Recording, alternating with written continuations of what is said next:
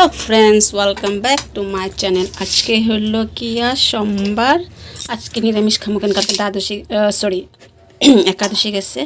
আলু কেটে নিছি, কড়াই চুলাতে বসানো। আর চলো পনিরটা ভাই করি।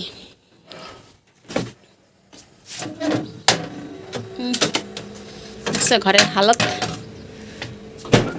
পনির ভাই করে রেখেছি, একটু ঠান্ডা হোক। জমে নাই, কাটতে লাগবো।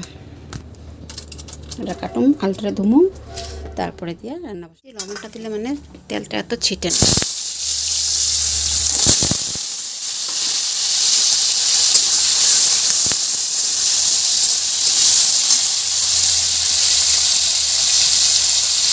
অল্প হলদি,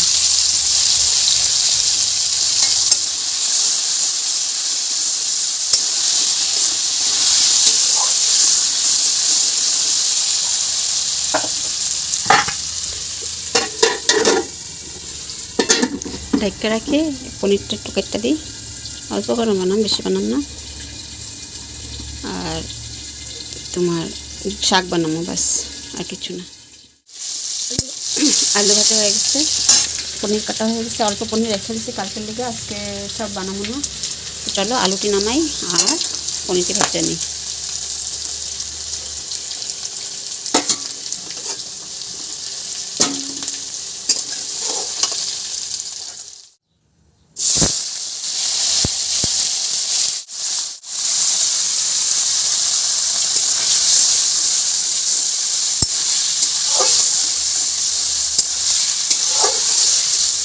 পনিরটি ভাজা নামাইতে থাকি। এখান থেকে কাঁচা টমাটো, কাঁচা মরিচ কেটে রাখছি। হ্যাঁ, আজকে মশলা করবো না, এমনি গোটা মশলা। পনির ভাজা শেষ।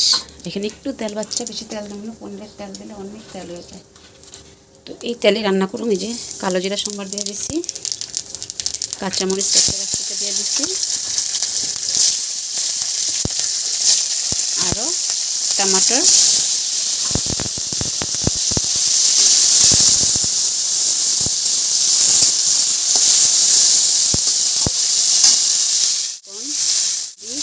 ভালো করে মিলামো।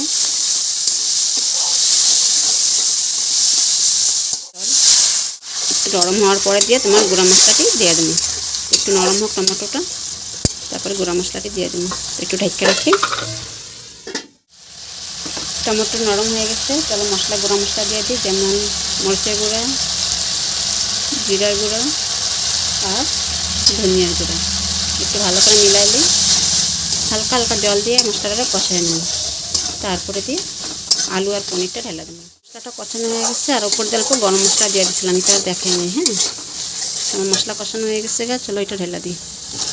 দেখছো কত তেল, বহুত তেল তাহলে।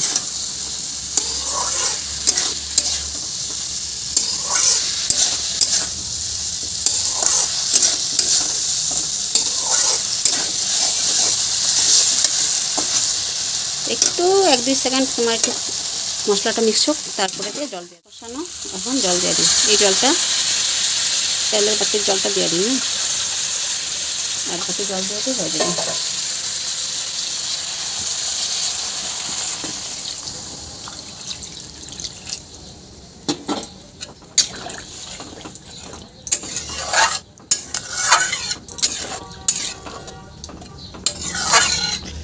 নামানোর আগে ধন্যবাদটা দিয়ে দেবো, বাস শেষ রান্না।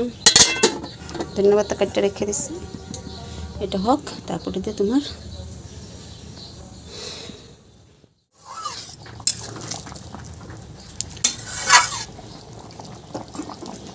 পনিরের ঝোল কমপ্লিট হয়ে গেছে। এখন এটা ধনিয়া পাতা দিয়ে বাস নামাই নেব। আর এই যে পালং শাকটারে কাটুম, কাটটা রান্না করে নেব। তো চলো পনিরটা নামাই আর শাকটা বানাই নিই।